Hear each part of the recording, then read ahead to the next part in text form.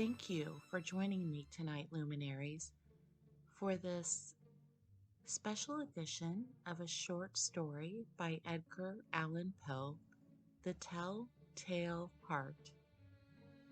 If you happen to hear snoring, nails clicking, barking, pardon me, my dogs are on the loose and in a mood.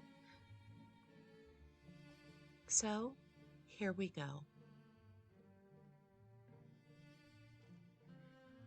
True, nervous, very, very dreadfully nervous I had been and am. But why will you say that I am mad? The disease of nervousness had sharpened my senses, not destroyed, not dulled them. Above all was the sense of hearing acute. I heard all things in the heaven and in the earth. I heard many things in hell. How then am I mad? Hearken, and observe how healthily, how calmly I can tell you the whole story. It is impossible to say how first the idea entered my brain, but once conceived, it haunted me day and night. Object, there was none. Passion, there was none.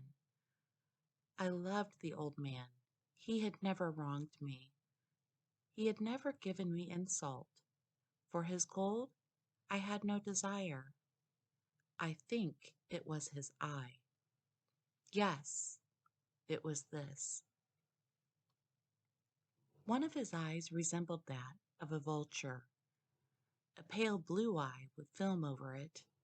When it fell upon me, my blood ran cold, and so by degrees, very gradually, I made up my mind to take the life of the old man and thus rid myself of the eye forever. Now this is the point you fancy me mad. Madmen know nothing, but you should have seen me. You should have seen how wisely I proceeded, with what caution, with what foresight, with what dissimulation I went to work. I was never kinder to the old man than during the whole week before I killed him. And every night, about midnight, I turned the latch of his door and opened it, oh, so gently. And then I had made an opening sufficient for my head. I put in a dark lantern, all closed, so that no light shone out, and then I thrust in my head. Oh, you would have laughed to see how cunningly I thrust it in. I moved it very, very slowly, so that I might not disturb the old man's sleep. It took me an hour to place my whole head within the opening, so far that I could see him as he lay upon his bed. Ha! Would a man who was mad have been so wise as this? And then, when my head was well in the room, I undid the lantern cautiously, oh, so cautiously, for the hinges creaked. I undid it just so much that a single thin ray fell upon the vulture eye, and this I did for 7 long nights, every night just at midnight.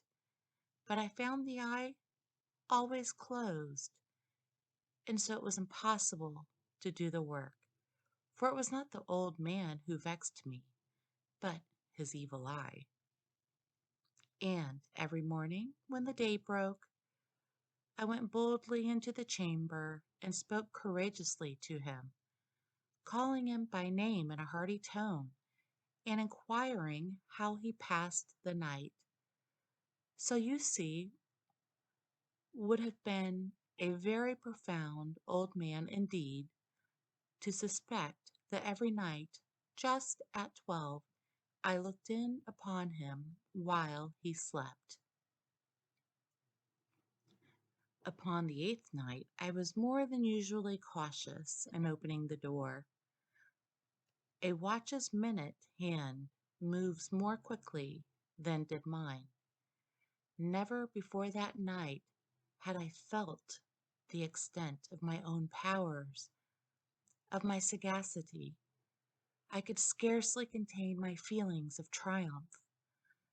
To think that there I was, opening the door, little by little, and he not even to dream of my secret deeds or thoughts.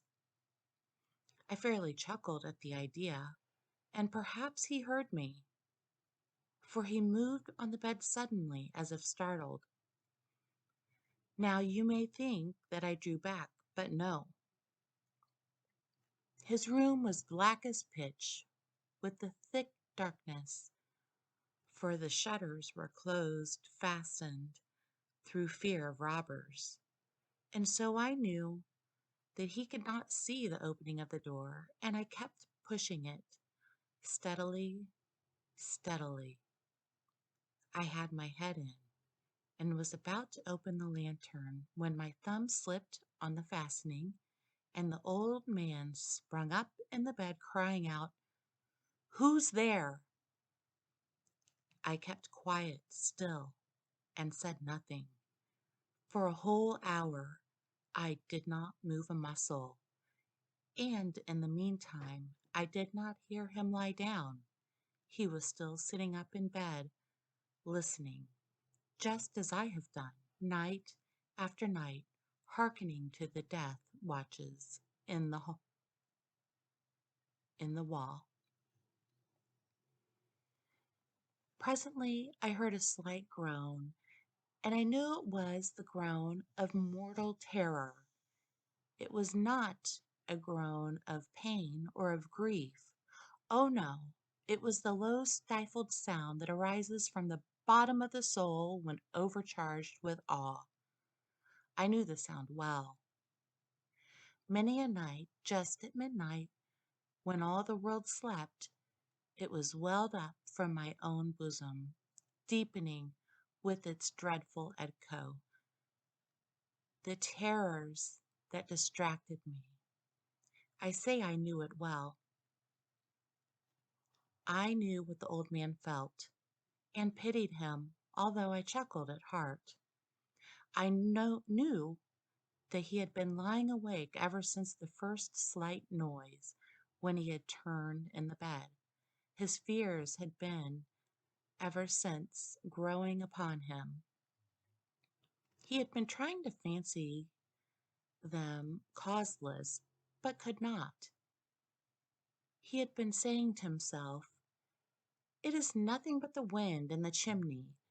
It is only a mouse crossing the floor," or "It is merely a cricket which has made a single chirp." Yes, he has been trying to comfort himself with these suppositions, but he had found all in vain.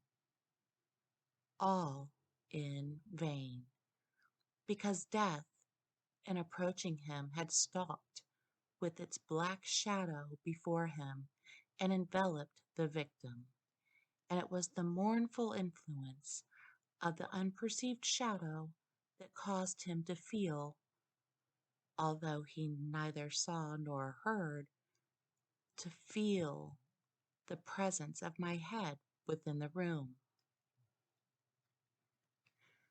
When I had waited a long time, very patiently, without hearing him lie down, I resolved to open a very little crevice in the lantern. So I opened it. You cannot imagine how stealthily, until at length a single dim ray, like the thread of a spider, shot out from the crevice and full upon the vulture eye. It was open, wide open, and I grew furious as I gazed upon it. I saw it with perfect distinctness, all a dull blue, with a hideous veil over it that chilled the very marrow in my bones. But I could see nothing else of the old man's face or person, for I had directed the ray, as if by instinct, precisely upon the damned spot. And now, have I not told you that what you mistake for madness is but over acuteness of the senses? Now I say, there came to my ears a low, dull, quick sound, such as a watch makes when enveloped in cotton. I knew that sound well, too. It was the beating of the old man's heart. It increased my fury, as the beating of a drum stimulates the soldier into courage.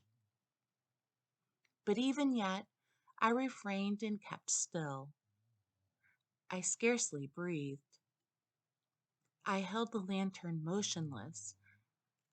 I tried how steadily I could maintain the ray upon the eye.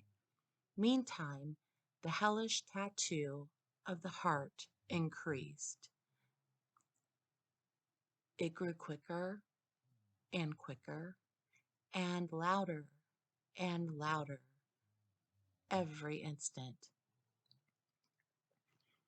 The old man's terror must have been extreme.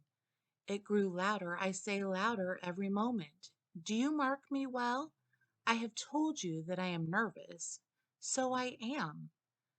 And now, at the dead hour of the night, amid the dreadful silence of that old house, so strange a noise as this excited me to uncontrollable terror. Yet, for some minutes longer, I refrained and stood still. But the beating grew louder. I thought the heart must burst, and now a new anxiety seized me. The sound would be heard by a neighbor. The old man's hour had come. With a loud yell, I threw open the lantern and leaped into the room. He shrieked once only. In an instant, I dragged him to the floor and pulled the heavy bed over him. I then smiled gaily to find the deed so far done. But for many minutes the heart beat on with a muffled sound. This, however, did not vex me. It would not be heard through the wall. At length it ceased. The old man was dead. I removed the bed and examined the corpse. Yes, he was stone dead. I placed my hand upon the heart and held it there many minutes. There was no pulsation. He was stone dead. His eye would trouble me no more. If still you think me mad, you will think so no longer when I describe the wise precautions I took for the concealment of the body. The night waned, and I worked hastily, but in silence. First of all, I dismembered the corpse. I cut off the head and the arms and the legs. I then took up 3 planks from the flooring of the chamber and deposited all between the scantlings. I then replaced the board so cleverly, so cunningly, that no human eye, not even his, could have detected anything wrong. There was nothing to wash out, no stain of any kind, no blood spot whatsoever. I had been too wary for that.